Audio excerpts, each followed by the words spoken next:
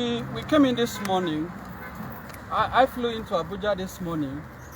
Israel had flown in yesterday to honor the invitation extended to him by the Nigerian police, the Force Criminal Intelligence and Investigation Department, pursuant to a petition filed by Apostle Johnson Suleman, who is the founder of the Omega Fire Ministries. I came in with my clients, and I said we got in here past 10. If you look at the time, this is some minutes past 7. So cumulatively, we have spent over 7 hours, over 8 hours, 8 hours plus, just to respond to a petition over what I consider to be a very funny allegation made by Suleman, because he had alleged that he commanded angels to send miracle alerts or miracle money to some persons in Auchi in Edo State, and of course Atlanta, Georgia in the United States. My client Israel came out, disavowed, debunked, and of course challenged the credibility and the veracity of those claims, which for us remains outlandish, remains false, irresponsible, and incapable of being proved, clearly unsubstantiated. So we came here. It took even several hours for the police to take a statement. There were a lot of arguments, back and forth, altercations at some point, and instances where I felt these had gone beyond voluntary statement. This was about trying to force somebody to implicate himself. Of course, we refused to be intimidated. So that also led to a series of things that I may not want to say here. Now, after all said and done, we met with the ACP, Assistant Commissioner of Police, Y.Y. Abubakar, who had signed the invitation letter. And he expressed his opinion about the case, which I disagree with, but I respect his opinion, because as I said, that is his opinion. Whether Israel has committed an offense or not will be for the court to determine. Interestingly, I also met the lawyer, a learned friend, who is the lawyer to Apostle Suleman. He also came around today, and he engaged me in a conversation. I don't want to disclose the details. After we had finished all that marathon hours of discussion, I had expected that the police, given that Israel came voluntarily, will release him and ask him to come back, because he honored the invitation. If you are inviting somebody for purpose of interrogation, the moment you say you cannot go except you produce a shorty, what that implies in law is that you have converted the police invitation to arrest. The moment a suspect can no longer live at his own will, by his own volition, that is no longer within the realm of invitation. That is now an arrest. So the implication is that Israel Balogun has been arrested by the police. He's currently in their cell. He's not coming out, obviously, tonight because of what looks like very stringent and difficult bail conditions. They requested for 2 shorties. They said one has to be a level 14 civil servant who should present either his letter of last promotion or a letter of introduction. Of course, we brought a level 13 and we appealed to them, and they agreed to take the person. But somehow, because of the time, we couldn't get the original copy of his letter of last promotion. But we presented the photocopy, and even his ID card, he was willing to drop them, a federal civil servant. But they insisted again that he must also, in addition to letter of last promotion, present his ID card and also present letter of introduction, which are clearly outside the bail form that my clients fill.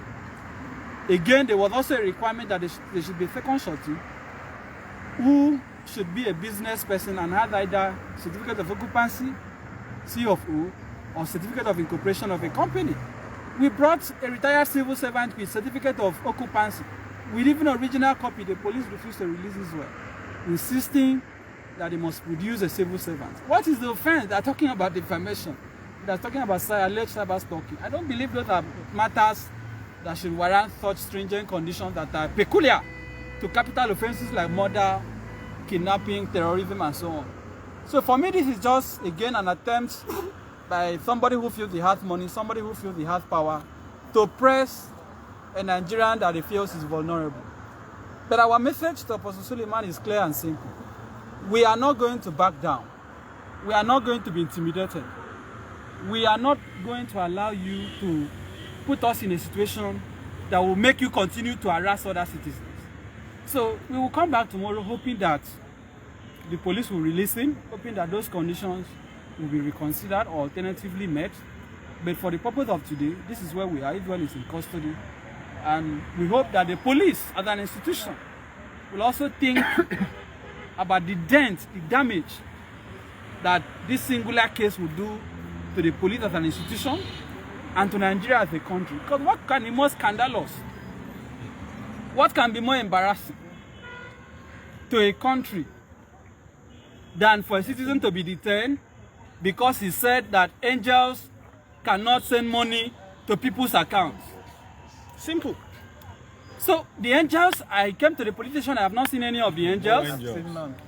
No angels. I haven't seen any of those who received the alert. We are still waiting for the angels to show up. Yes. Because Suleman must produce those angels. Yes. On no account will we relinquish on that demand. Yes. He has to produce those angels. Those persons will come. We will subpoena their banks to see their statements so that we will know from which bank of heaven these monies came from.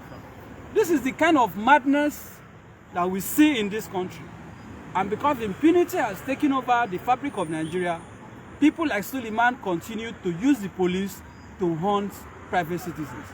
Nobody will be intimidated. Nobody will be coerced into silence. Yes. So let the Inspector General of Police save the Nigerian police from this embarrassment.